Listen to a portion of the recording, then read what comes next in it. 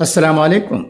عید الاضحیٰ کا تہوار، عید الاضحیٰ یا عید قربان صرف ایک تہوار نہیں بلکہ سنت ابراہیم کو تازہ کرنے کا عظیم موقع اور اسوہ ابراہیم کو فراموش نہ کرنے کے عہد کی تجدید ہے۔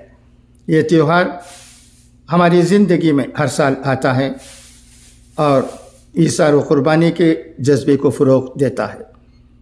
عید الاضحیٰ کا بنیادی فلسفہ ہی قربانی، ایثار، خلوص اور اللہ کی راہ میں اپنی عزیز ترین چیز کو اس طرح نچھاور کرنا کہ اس کا مقصد صرف اللہ کی خوشنودی اور رضا کا حصول ہو، اس کے علاوہ اور کوئی مقصد نہ ہو۔ مسلمان عید الاضحیٰ میں صرف قربانی نہیں کرتا ہے بلکہ قربانی سے پہلے یہ عہد کرتا ہے کہ میری نماز، میری عبادات، میرا جینا، میرا مرنا اس رب العالمین کے لیے ہے جس کا کوئی شریک نہیں۔ عید الاضحیٰ میں صرف جانوروں کی قربانی نہیں کرتے بلکہ اپنی نفسانی خواہشات کی بھی قربانی دینی ہوتی ہے۔ جس طرح حضرت ابراہیم علیہ السلام نے یہ ثابت کر کے دکھایا کہ ان کا اپنے رب سے تعلق اولاد کی محبت سے زیادہ ہے، جس کے لیے وہ کسی بھی حد تک جا سکتے ہیں، یہاں تک کہ اپنے اولاد کو قربان بھی کر سکتے ہیں۔ بالکل اسی طرح ہمیں بھی اپنی اولاد سے زیادہ اپنے رب سے تعلق کو قائم کرنا ہوگا۔ اسی میں امت مسلمہ کی کامیابی مضمر ہے۔ تہوار منانا اور خوشیوں کا اظہار بہت قدیم روایت ہے جو ہر قوم اور ہر دور میں پائی جاتی ہے، لیکن اسلام کے دو تہوار عید الفطر اور عید الاضحیٰ خوشیوں کے ساتھ ساتھ بہت سارے پیغام اور جذبات رکھتے ہیں۔ یہی ان تہواروں کی خصوصیت اور روح ہیں۔ یہی وجہ ہے کہ اسلامی تہوار کی دنیا کی باقی اقوام کے تہواروں سے منفرد حیثیت ہے، جسے ہر کوئی دیکھتا اور محسوس کرتا ہے۔ اسلامی تہواروں کی سب سے بڑی خصوصیت یہ ہوتی ہے کہ ان کا آغاز عبادت سے ہوتا ہے، جس میں اخوت و بھائی چارہ اور اتحاد کا مظاہرہ ہوتا ہے۔ قربانی اللہ کا ایسا پسندیدہ عمل ہے جس کا کوئی بدل نہیں ہے، اور ایام قربانی میں قربانی سے زیادہ محبوب عمل کوئی اور نہیں ہے۔ قربانی میں دکھاوا اور ریاکاری کی بالکل گنجائش نہیں ہے، نہ ہی قربانی کے بعد جانور کا پورا گوشت طویل عرصے تک اپنے پاس رکھ کر کھانا چاہیے۔ عید الاضحیٰ پر کی جانے والی قربانی جہاں فی نفسیہ ایک عظیم عبادت اور بندگی ہے، وہیں یہ قربانی امت مسلمہ کو عظیم الشان سبق دیتی ہے۔ ہر صاحب استطاعت مسلمان پر قربانی واجب ہی نہیں بلکہ گوشت کا ایک حصہ غریبوں میں اور دوسرا حصہ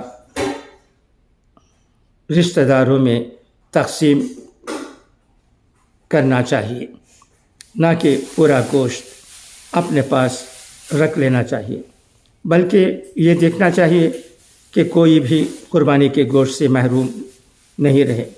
قربانی کے جہاں بہت سے فضائل بیان کیے گئے ہیں، وہیں صاحب استطاعت ہونے کے باوجود قربانی نہ کرنے پر ناراضگی کا اظہار کیا گیا ہے۔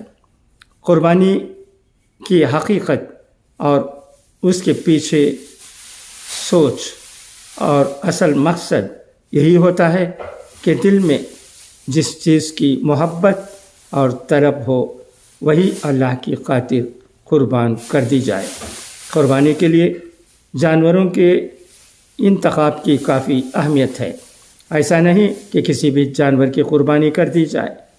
قربانی جتنی عظمت والی ہے، جانور بھی اتنا ہی اچھا ہونا چاہیے۔ ظاہر سی بات ہے کہ اللہ کی راہ میں کی جانے والی قربانی کے جانور کا معیار اچھا ہونا چاہیے۔ اسی لیے حکم ہے کہ جانور بے عیب ہو، تندرست اور توانا ہو، نہ بچہ ہو اور نہ بوڑھا، اور نہ مقصد ہی فوت ہو جائے گا، ورنہ مقصد ہی فوت ہو جائے گا۔ یہ معیار اللہ نے خود مقرر کیا ہے، نہ کہ ہم اسے گوشت خوری کا معیار اور ذریعہ بنا لیں۔ عید الاضحیٰ کوئی گوشت خوری کا تہوار نہیں ہے، بلکہ کردار سازی کا تہوار ہے۔ یہی اس تہوار کا مقصد بھی ہے اور پیغام بھی، کیونکہ جہاں اور جس عظیم شخصیت سے یہ سنت جاری ہے، وہاں سے گوشت خوری کے لیے قربانی کا حکم نہیں تھا، بلکہ تقرب الہی کے لیے سب سے محبوب اولاد یعنی انسان کی قربانی کا حکم تھا۔ حضرت ابراہیم علیہ السلام اپنے فرزند ارجمند حضرت اسماعیل علیہ السلام کی قربانی دینے کی آزمائش میں کامیاب ہوئے، لیکن ان کی یاد میں اللہ تعالیٰ نے جو سنت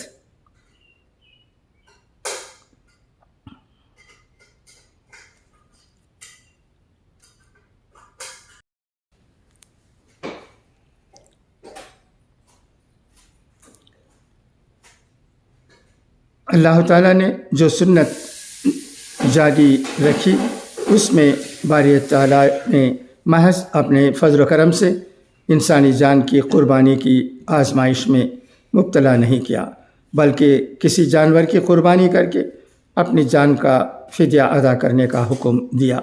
یہ بہت بڑی رعایت ہے۔ اس لیے جو جانور قربان ہوتے ہیں وہ انسانی قربانی کے بدل کی حیثیت رکھتے ہیں، تو وہ جانور معیوب کیسے ہو سکتا ہے؟ ہمیں نہیں بھولنا چاہیے کہ صفائی نصف ایمان ہے، لیکن دیکھا جاتا ہے کہ قربانی کے موقع پر ہم اکثر گندگی کے ذریعے ایک الگ ہی پیغام دیتے ہیں، باقیات کو ٹھکانے لگانے کا کوئی اہتمام نہیں کرتے، جبکہ ہماری کوشش ہونی چاہیے کہ ہمارے عمل سے دوسروں کو مثبت پیغام ملے اور کسی کو تکلیف نہ پہنچے۔ سوشل میڈیا کے دور میں قربانی کی تصاویر بھی شیئر کرنے سے بچنا چاہیے۔ ایسا کرنے سے نہ تو مقصد حاصل ہوتا ہے اور نہ اس پیغام کے